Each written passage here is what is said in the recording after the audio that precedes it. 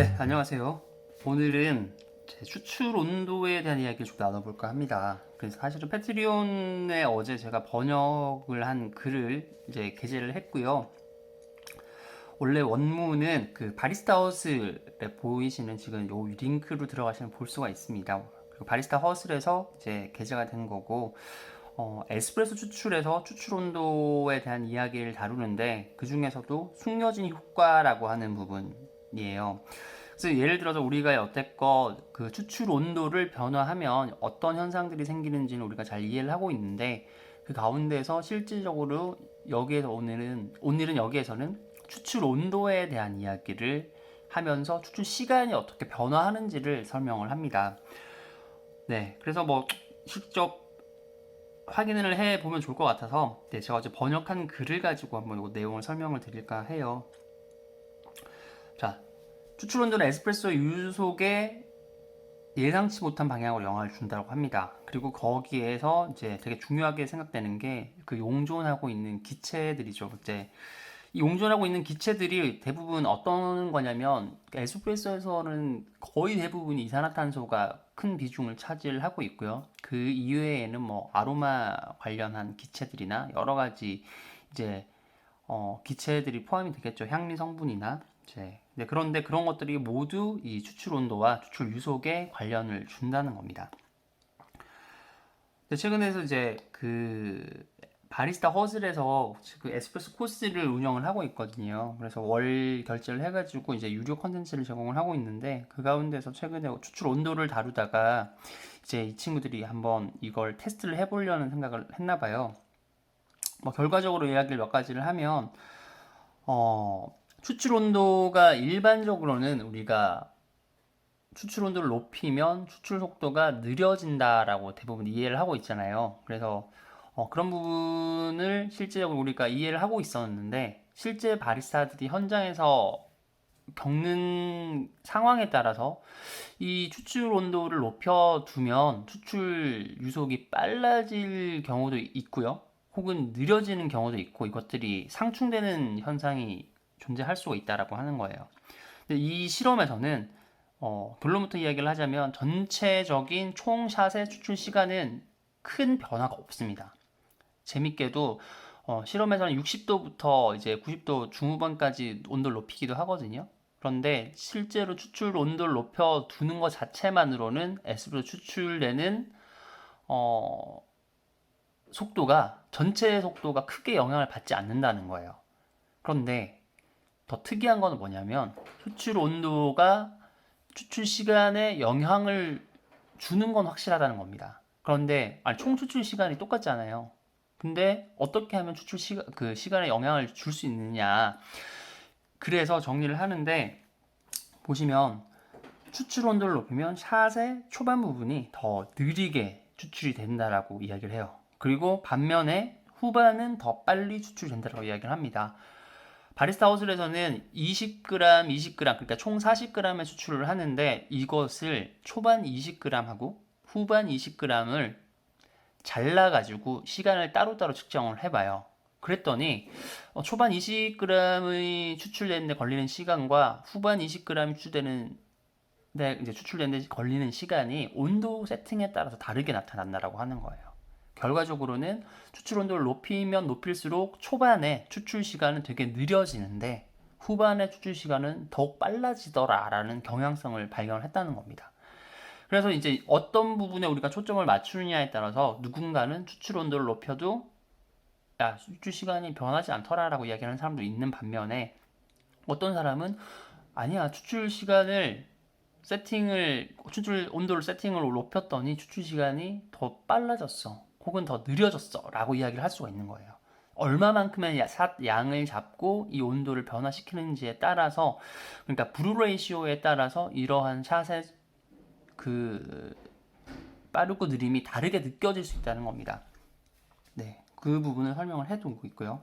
그런데 또 이렇게 앞부분이, 그러니까 추출 온도를 높이면 앞부분 추출 시간이 느려지고 후반부가 빨라지는 현상은 어떤 상황에서 더 이렇게 크게 나타나냐면 더 신선한 원두를 사용했을 때랑 그 다음에 더 다크한 로스팅을 했을 때 더 이러한 효과가 두드러지게 나타나는 경향이 있다라고 이야기를 합니다.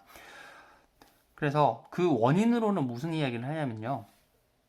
이제 뭐 몇 가지 이유를 드는데, 그 다음에 가능성 하나가, 첫 번째가 고온에서는 샷 초반에 더 많은 기포가 퍽 안에 형성이 될 수 있다는 거예요.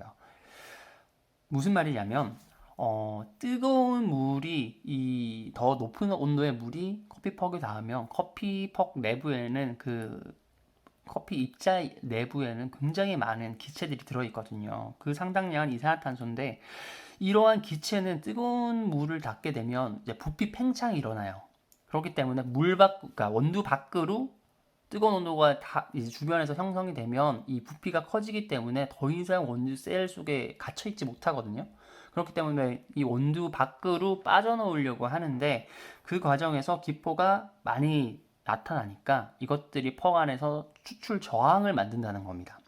그래서 추출 온도를 높이면 초반부에 샷이 느려지는 효과가 아마 이러한 기포의 방출 때문이 아닌가라고 이야기를 하고 있고요.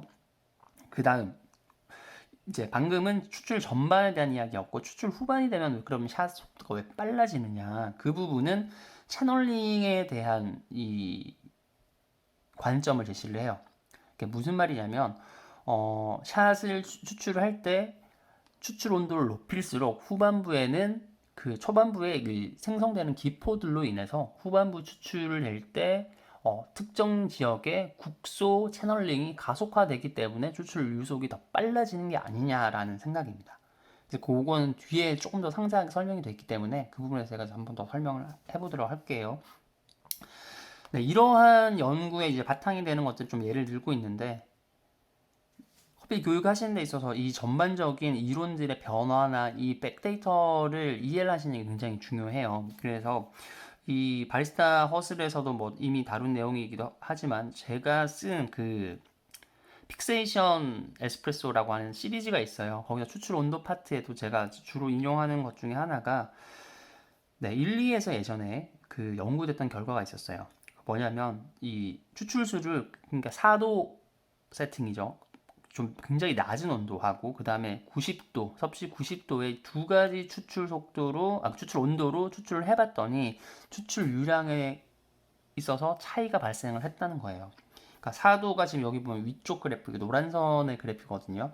그러니까 그러니까 초당 그 추출 속도입니다. 밀리리터인데, 밀리리터 퍼 세컨드죠. 그래서 이게 높을수록 추출 유량이 빠르다는 거예요. 그래서 4도로 추출하니까 이 곡선이 추출 유속이 빠르게 나타나는 거고, 그 다음에 추출 속도가 90도일 때는 이 유속이 낮게 나타나요.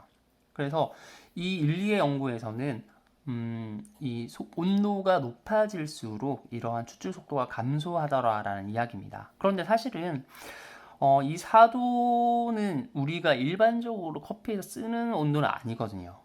그래서 실질적인 좀 그 연구에 대한 실험 결과가 저희들이 필요하잖아요. 그래서 근데 그런 것들도 해본 사람들이 있습니다. 모니카 페케테라고 하는, 지금은 호주에서 커피 사이언스 랩이라고 하는 기관을 운영하고 있는 이제 박사가 있거든요. 이제 그분이 추출 온도를 가지고 이제 여러 가지 테스트를 해 봅니다. 그 머신은 그 란실리오에서 나오는 이제 온도를 초반 후반부 온도 세팅도 다르게 할 수 있는 머신이 있어요. 그 머신 RS1인가 하는 모델일 겁니다. 그 모델로 이 추출을 테스트를 할 때는 90에서 95도의 추출 세팅 갖고 이제 커피의 추출 속도를 측정을 해봅니다. 그때는 우리가 관찰했던 것과 비슷하게 유의미하게 추출 온도 차이에 따라서 추출 속도가 차이가 있었다라고 이야기를 해요. 그런데 또 재밌는 건 뭐냐면, 여기서 모순된 결과들이 실제 현상에서 양립한다라고 하죠. 1917년에 스위스 바리스타 챔피언인데, 이 친구가 테스트를 했을 때는 90도에서 98도 사이의 추출 온도에서 이제 테스트를 합니다. 그런데 어떤 결과가 나타났냐면 전체 추출 시간이 변화가 없다는 거예요. 온도를 높여도 이 범위 안에서는 추출 시간에는 별로 큰 변화의 의미가 없다. 이건 변하지 않는다라고 이야기를 했던 겁니다. 그래서 바리스타 허슬 같은 경우는 이러한 이 데이터들이 왜 이렇게 다르게 나타나는지에 대해서 이제 몇 가지 고민을 하는데, 첫 번째는 뭐 일단 기본적으로 장비들과 커피들이 달라서 거기서 어떠한 다른 차이점이 발생했을 수도 있다는 것들 기본적으로 감안은 하지만, 그럼에도 불구하고 실제적으로 어떤 일이 일어나는지 한번 살펴보자 라고 해서 실험을 설계를 하게 되고요. 그 측정한 내용을 지금 이 글로 설명을 하고 있는 겁니다. 그래서 이 바리스타 허슬에서 실험을 할 때는 세 가지 커피를 주로 썼어요. 첫 번째는 로스팅을 한 지 3개월이 지난 커피를 씁니다. 거의 이제 디게싱이 어마어마하게 진행이 됐고, 뭐 휴지기가 굉장히 길었기 때문에 남아있는 잔중 기체들이 양이 상대적으로 작은 커피겠죠. 이것과 더불어 이제 라이트 로스팅 커피하고 다크 로스팅 커피를 쓰는데, 이제 로스팅한 지 요 두 커피는 3일 정도밖에 지나지 않은 커피예요. 그래서 오래되고 이제 디게싱이 많이 된 커피와 비교적 로스팅이 신선한 상태를 유지를 하고 있지만 그 가운데서도 이산화탄소가 많고 저금의 차이가 있는 이제 원두, 이 총 세 가지로 추출을 하거든요. 그런데 결과적으로 다시 한번 설명을 드리자면, 세 커피 중에 어느 커피에서도 추출 온도에 따라서 전반적인 추출 시간이 변하지는 않는다는 걸 확인했다고 합니다. 그러니까 실제로 커피를 추출을 했는데 20g 넣고 40g을 뽑았는데 총 추출 시간은 온도를 높여도 관련이 없었다는 거예요. 그런데 우리는 후반부 샷의 20g이 추출되기까지 걸리는 시간이 크게 줄어드는 것을 발견했습니다. 이 말이 뭐냐면 추출 후반부에는 샷이 더 빠르다는 거예요. 근데 총 추출 시간이 똑같잖아요. 똑같은데 후반부가 빠르다고 이야기를 하면 반대로 전반부는 더 느려진다는 거예요. 늦게 시작하는데 후반이 더 빨리 추출되니까 총 추출 시간은 신선하고 뜨거운 상태에서도 추출 시간이 더 똑같이 유지가 된다고 하는 겁니다. 그래서 이게 우리가 어떠한 부분을 관찰하느냐에 따라서 이것들이 서로 다르게 이해될 수 있다는 거예요. 총 추출 시간만 봤으면 별 차이 없는데 라고 이야기할 수가 있지만, 온도에 따라서 구간별 추출 유속이 바뀌는 현상들이 있어 라고 우리가 이해를 해야 보다 정확하게 이 추출 현상을 이해할 수 있다는 겁니다. 네, 이런 효과가 신선한 커피에서 더 크게 나타나고요, 다크로스팅 원두에서는 또 가장 크게 나타났다고 이야기를 합니다. 이 실험 결과를 보시면 이게 추출 후반이에요. 추출 후반부 20g을 추출하는데 걸리는 시간을 이제 각각 측정합니다. 여기 프레시 로스트 하고요. 그 다음에 여기 다크 로스트는 로스팅한 지 3일 된 커피고요. 올드 로스트는 이제 로스팅한 지 3개월이 된 커피입니다. 그래서 이 격차가 후반부 추출의 온도죠. 지금 온도 저온에서 고온 95도까지 80에서 아마 95도까지로 살펴볼 수 있을 것 같은데, 이 구간에서 지금 후반부 추출되는 속도가 보시면 온도가 점점 올라가면 갈수록 후반부 추출 속도가 빠르게 감소하는 걸 볼 수가 있어요. 근데 이게 언제 제일 많이 나타나느냐, 온도를 높여 있는데 후반부 추출이 빨라지는 그 차이가 가장 크게 발생하는 거는 다크로스트, 요 구간의 그 갭이 제일 크다는 거예요. 그렇죠. 그 다음에 요 구간의 갭이 제일 컸었고요. 그 다음에 프레시 로스트, 여기 빨간색 그래프인데 여기를 쭉 연결해보면 요 차이 요 정도로 벌어집니다. 한 1초 정도 우리가 눈으로 볼 수 있는 것 같아요. 그 정도고, 그 다음에 3개월 된 커피는 사실은 후반부 온도를 쭉 올림에도 불구하고 후반부가 현저하게 빨라지는 현상은 거의 없었다, 미비했다라고 이야기합니다. 별 차이가 없죠. 네, 그래서 바리스타 허슬은 이러한 원인이 왜 일어나는 걸지에 대해서 이제 그 원인을 찾으려고 하거든요. 그래서 뭐라고 이야기를 하냐면, 이거는 아마 변수가 용해된 이 기체일 것이다. 잔존하고 있는 가스로 인해서 이러한 현상들이 일어나는 것이 아닌가라고 이제 혐의점을 찾아내죠. 그래서 이걸 증명하려고 이제 노력을 하는데, 일단은 설명을 할 수 있어야 되죠. 이러한 현상들이 있구나라기보다는 이게 왜 이렇게 일어나는 걸까 생각을 해야 우리가 본질적인 추출에 이제 대한 이해를 할 수가 있습니다. 그래서 이런 것들을 이야기를 하자면, 이 현상이 커피베드의 가스로 인해서 발생할 수 있다라고 이야기를 합니다. 특히 이 CO2 같은 이제 가스는 에스프레소 추출에서 중요한 역할을 하죠. 실제로 우리가 크레마라고 부르는 것들도 이러한 CO2와 같은 이제 기체의 이 발포로 인해서 생기는 폼층입니다. 거품층이죠. 그래서 로스팅 할 때는 이러한 입자 속에 많은 기체들이 들어있거든요. 그런데 뜨거운 물을 닿게 되면 아까 그러니까 초반에 말씀드린 것처럼 부피 팽창이 일어나요. 일어나는 가운데 이제 그러니까 원두 밖으로 방출이 되면서 기포 형태로 하단으로 이동하게 됩니다. 이건 우리가 실제로 추출되는 그 투명 포터필터 실험에서도 우리가 관찰을 할 수가 있어요. 그래서 이 기체 중에 일부는 물에 용해가 되는데요. 이제 일부는 이제 눈으로 확인할 수 있는 기체 형태 상태로 하단으로 이동해서 빠져나오게 돼요. 퍽 밖으로. 그런데 이것들에 대해서 우리가 좀 깊게 이해할 필요가 있습니다. 그래서 제가 영상을 통해서 설명을 드리자면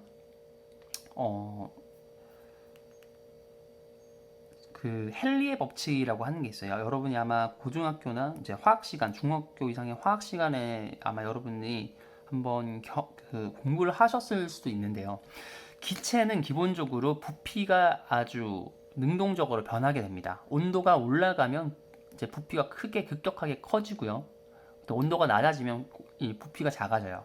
그 다음에 또 압력이 높아지면 기체 부피가 굉장히 작아지고 압력이 낮아지게 되면 부피는 다시 팽창합니다. 이제 부피는 일단 이렇고요. 물 속에 녹아드는 용해도도 똑같아요. 이제 우리가 이제 사이다 같은 걸 생각하시면 되는데 사이다는 이산화탄소가 물속에 녹아있는 상태로 탄산음료라고 우리가 부를 수 있는 형태로 존재를 합니다. 그런데 이 이산화탄소는 물에 상당히 잘 녹는 스타일이지만 과다하게 녹이려면 어떻게 하냐면 압력을 엄청나게 크게 가하면 돼요. 그러면 이산화탄소가 압력이 높아져 있기 때문에 기체 상태로 존재를 하는 게 아니라 물속으로 녹아 들어가서 탄산 형태로 존재를 합니다. 그런데 우리가 이거를 사이다를 막 흔들어 가지고 따게 되면 어떤 형태로 이제 이산화탄소가 방출이 되냐면 엄청난 큰 힘들이 있기 때문에 그것들이 순식간에 기체 형태로 부피가 커지게 돼요. 그렇게 부피가 커지게 되니까 물에 그 사이다 그 액체에 둘러싸여서 기체가 발포가 되면서 거품층을 형성을 합니다. 그래서 급격하게 부피 팽창이 일어나는 거죠. 그래서 용해도가 이제 압력이 낮아지면 대기압이 적용이 되면 뚜껑을 열면 대기압으로 적용을 받는데 대기압이 낮아지면서 급격하게 기체로 방출이 되죠. 이게 용해도가 낮아진다는 이야기예요. 그래서 에스프레소에서는 이게 어떤 형태로 존재를 하냐면 초반에 추출수가 커피 퍽에 닿게 되면 어떠한 일들이 벌어지냐면 원두 안에 있던 기체들은 급격하게 부피 팽창을 일으키면서 밖으로 빠져나오려고 해요. 기포 형태로 존재를 하면서 퍽의 압력을 굉장히 이제 저항으로 크게 작용하면서 압력을 크게 받게 만들겠죠. 그런데 그 상황에서 압력이 이제 우리가 목표로 하는 추출 압력에 도달하게 되면 대략적으로 펌프에서는 9바에 세팅을 하지만 실제로는 커피퍽은 9바의 저항을 그대로 받는 게 아니고요. 유속이 흐름이 존재를 하기 때문에 압력은 조금씩 낮게 나타납니다. 하지만 그렇게 존재하는 그 커피퍽에 관여하는 압력이 굉장히 높아지니까 방출이 급격하게 되면서도 이산화탄소가 방출하게 되면서도 다시금 높은 압력 때문에 다시 물속에 녹아들어가게 돼요. 그러면서 이 바스켓 하단을 빠져나오면서 어떤 현상이 벌어지냐면 다시 기체 형태로 변하게 됩니다. 그런데 컵에서 이제 추출 줄기가 컵에 떨어지면서 급격하게 부피 팽창이 가속화돼요. 그러면서 우리가 쉽게 말하는 기네스 효과라고 하기도 하거든요. 에스프레소 샷을 추출할 때 보시면 이 기체가 몽글몽글하게 이제 이 안정화되면서 폼을 형성하는 걸 볼 수가 있어요. 그래서 이산화탄소는 그러한 형태로 추출퍽 안에서 그 높은 압력과 온도로 인해서 녹았다가 방출되는 그런 복잡한 기제들이 한순간에 같이 복합적으로 적용하게 돼요. 작용하게 됩니다. 그래서 이거를 정확하게 설명하기가 굉장히 쉽지 않거든요. 왜냐하면 복합적으로 일어나는 거기 때문에. 아무튼 바리스타 허슬에서는 이러한 가스 버블들이 초반에는 그래서 물에 완벽하게 녹기 전에 이 기포로 방출되면서 커피퍽의 저항을 높이고 이 커피 추출의 흐름을 느리게 만들게 한다는 거예요. 그래서 방금 제가 설명한 듯이 충분한 물이 펌프로부터 주입되면 이제 가압이 충분히 되면 다시 이제 기포 형태가 아니라 그 탄산 형태로 녹아들게 되거든요. 그래서 이 효과가 멈추고 추출 흐름이 다시 증가한다고 이야기를 합니다.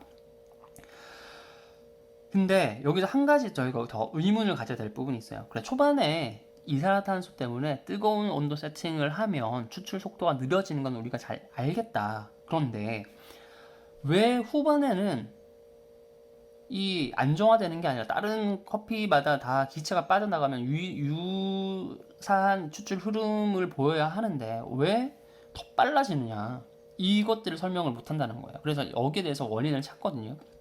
근데 여기서 바리스타하우스에서는 후반부 추출 유속이 이제 신선한 커피 그리고 뜨거운 온도에서는 왜 더 빨라지는지에 대해서 채널링의 개념을 가지고 옵니다.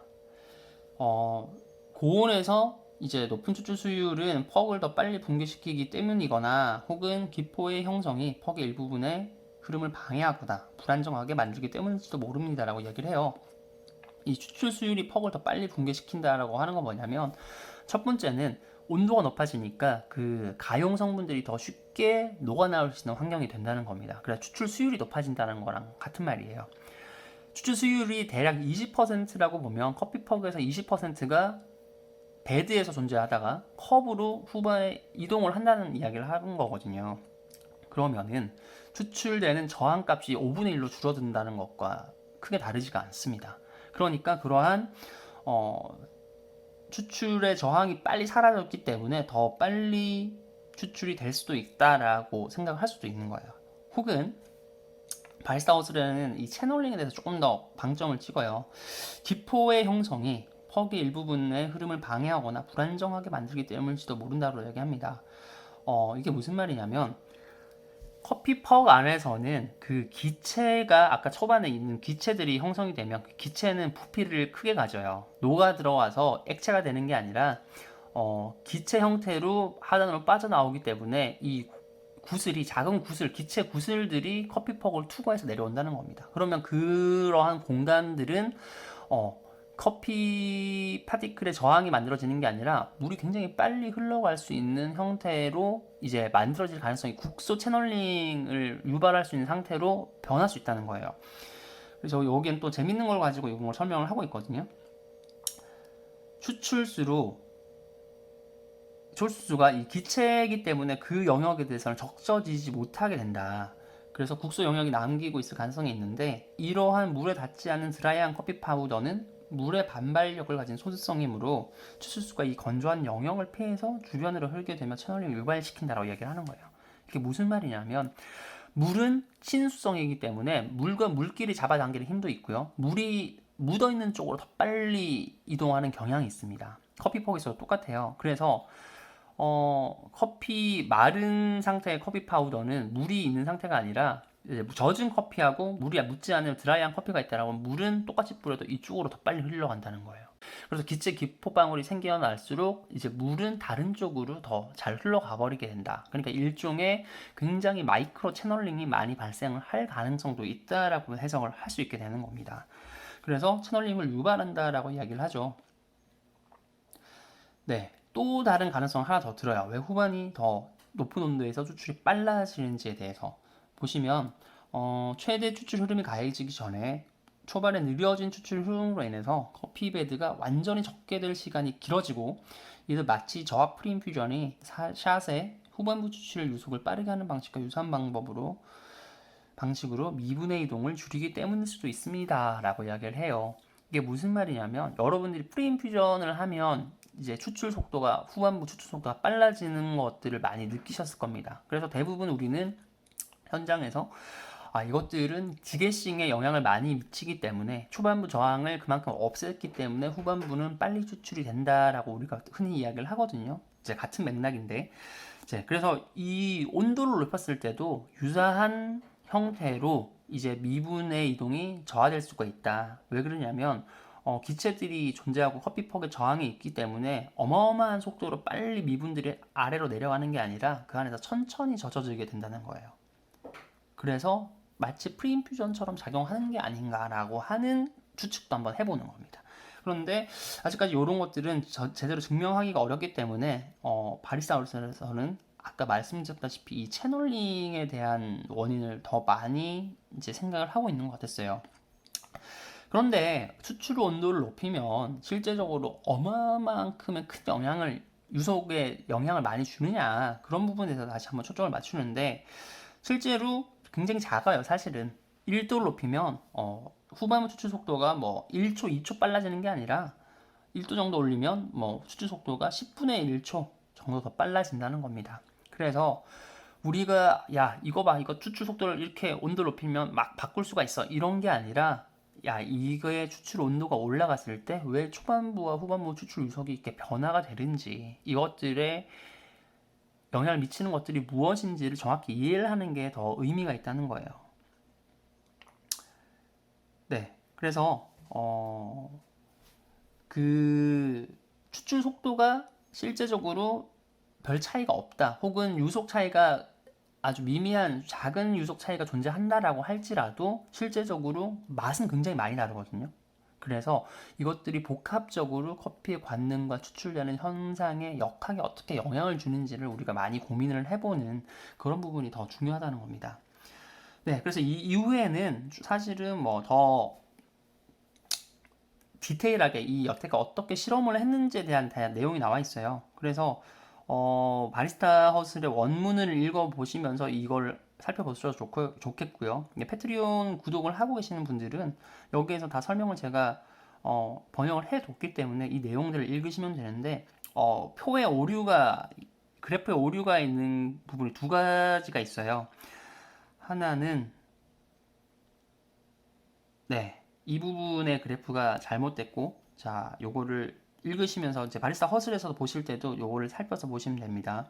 여기서 레이시오랑 라스트 20g의 이 색깔이 반대로 반대로 표시가 되어 있어요.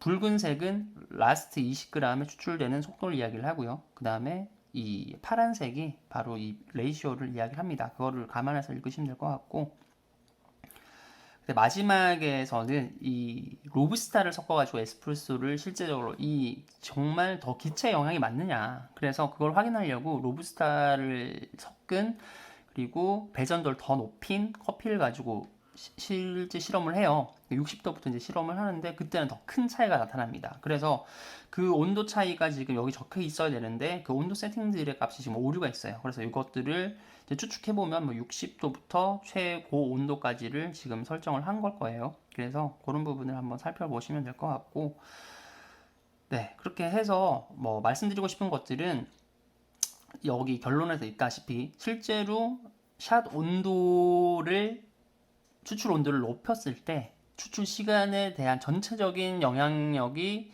크진 않더라도 구간별 추출 속도는 의미 있게 차이가 있더라라고 하는 것들이 이 바리스타 허슬의 이 결론입니다.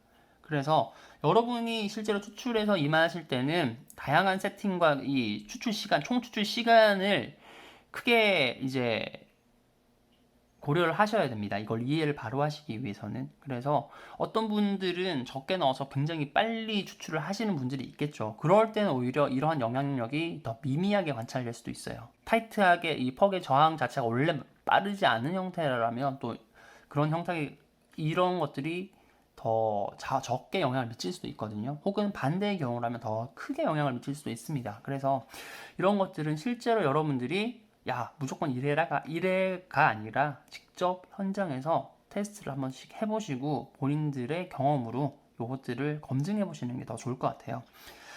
네, 그래서 이 원문을 보실 분들은 바리스타 허슬에서 이제 보시면 되고요. 그리고 패트리온을 구독하시는 분들은 제가 번역을 했기 때문에 다시 한번 찬찬히 읽어보시고 주위의 바리스타 분들과 함께 이야기를 나눠보셔도 되게 의미 있는 그런 컨텐츠가 되지 않을까 싶습니다. 네, 오늘은 제가 여기서 정리를 하겠고요. 다음에는 또 다른 내용으로 이제 내용 전달을 해드리도록 하겠습니다.